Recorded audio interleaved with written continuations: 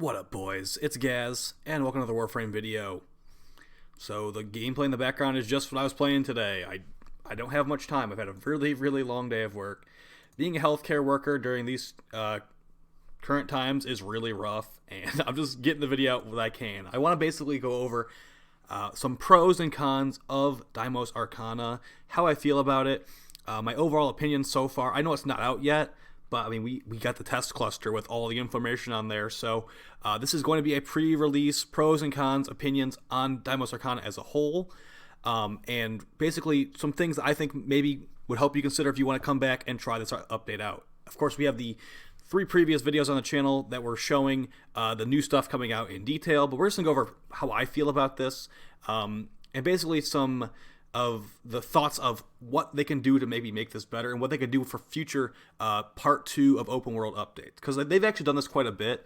For Plains of Eidolon, they did a part 2 of it where they added some new Zaw parts. I think they added the new Eidolons on that part as well. It was basically a really nice update. They added, because it used to start off with there was just one Eidolon on Cetus, and now we have the second and the third one, like the Gauntlist and the Hydralist. They also did something like that for Fortuna as well. I don't remember exactly, though. They added the blue spider and some other stuff there. They've done lots of updates to Fortuna, actually. All right, so we're getting partially another update for Heart of Deimos here. It's going to be called Deimos Arcana, and this video is expecting you to have already watched the previous videos or just at least know what's going on in this new update. So I'm going to go over the pros and cons. So let's start off with the pros, because you know what? Let's be happy here. All right, so the way I'm looking at it is this update is going to bring something that is desperately needed in Warframe. A new loot chase that we have not had in a while. And what I'm thinking about that is we have these new bounties here that will require you to beat the Necromech Isolation Vault first, and then you'll be able to access this here. Now, I'm not trying to say that this is good loot, but the fact that we're getting these new arcane sets here is a step in the right direction of, you know, making new arcanes. We've been asking for new arcanes for a while. We've been farming the same Eidolons, same arcanes from those Eidolons on Cetus for like 3 years at this point, and now we've already went over how those effects are bad, and trust me, guys, everyone knows they're bad. If you look at the secret part of the forums, like nearly everyone said that the arcane sets are not strong enough. So expect them to potentially buff them. I hope they do. Now, to be fair, I'm going to give you some secret information. This update, Deimos Arcana, is slated to come out either today or tomorrow on PC. So people on console, don't worry. They'll probably buff the arcanes by the time you guys get to use them. But yeah, like the ones that involve the infested kit guns, or maybe they might work on normal kit guns. That would be better if they worked on normal kit guns too. And then you also want to put some on your Warframe to like synergize each other. So taking 2 arcane slots for these weak effects, they are not going to be able to buff those in time. So expect buffs on those after the fact. So yeah, I just think like getting those new arcanes, the new Necromech grenade launcher, it's gonna be similar to the Mausolon, where the Mausolon is like the best part of the Necromech, besides like, because you can't use the Necromech in normal missions. The new Necromech grenade launcher is gonna be really strong, so that will be at least on a chase for like a new cool weapon. And of course, there's all the other weapons that come from like clan tech, etc., etc. So I think that's good. A nice little loot chase. It's one of those updates I really like, where it's like we're getting some new tools to, you know, increase our arsenal. My quest to find the most fun Nova loadout continues.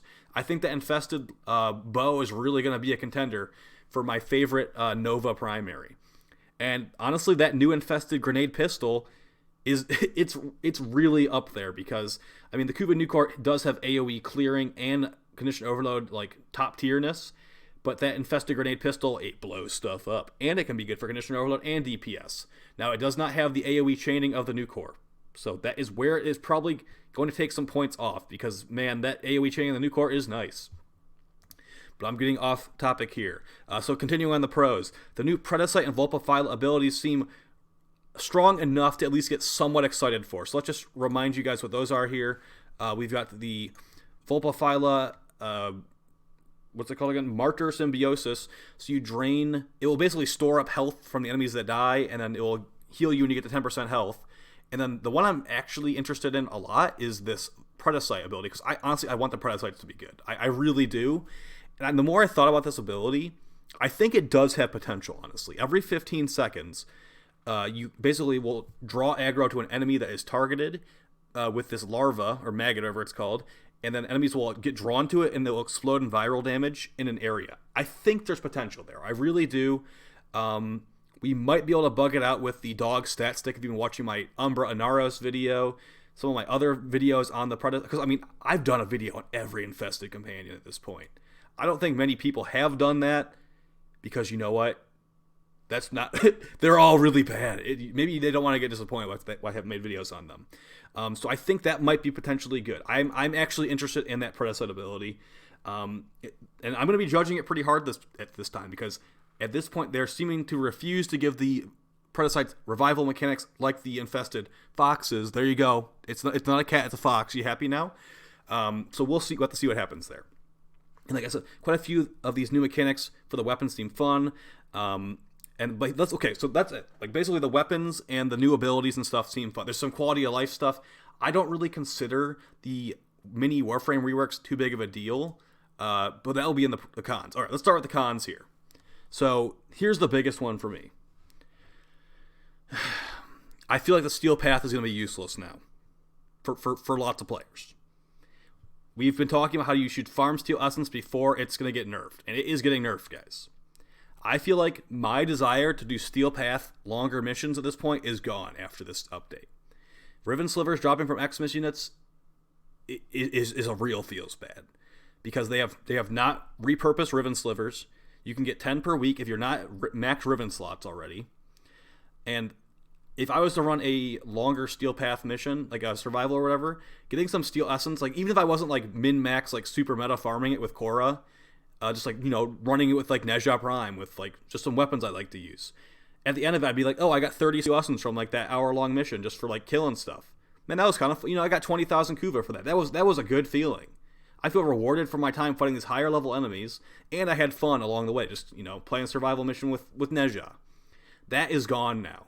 Now you will get 20 Riven Slivers at the end of that, or 30 Riven Slivers, and you can't do anything with those unless you wait 3 weeks. So I really feel like that is a mistake. I feel like they should potentially put it back with Xmas drop tables, and also keep this this Acolyte thing they're adding, where the Acolytes will drop 2 Steel Essence, and who knows exactly when they're going to spawn. We'll figure that when it comes out. They said they wanted to make the Steel Path for players not to wait around in a mission for high-level enemies. And although it's still going to be the case, my gut feeling is the Acolytes are going to get annoying really quickly. Because if you guys didn't know this, the Acolytes even spawn like an open-world mission. So I think we're going to get annoyed the Acolytes in Steel Path really, really fast. So, you know, we'll have to see. I think that most people will stop playing the Steel Path altogether besides those weekly missions. And like I said, the mini frame touch-ups are nice, but honestly, like, it's not going to be enough for me to be like, all right, I'm a Zephyr main now. The tournament, I mean, at least I will consider playing Zephyr. I did not consider playing Zephyr, like, really at all. It was mostly her 3 before. So, you know, maybe I'll play her a little bit just to try her out, because Zephyr Prime looks great. So, we'll have to see. But yeah, Ashe's Blade Storm. I already replaced Ashe's Blade Storm with Helminth abilities most of the time. And it's not going to change my Ashe playstyle. I really find using Ashe's 4 not worth it's a slow ability. Just using melee would kill them quicker, and it would, you know, it wouldn't cost any energy as well.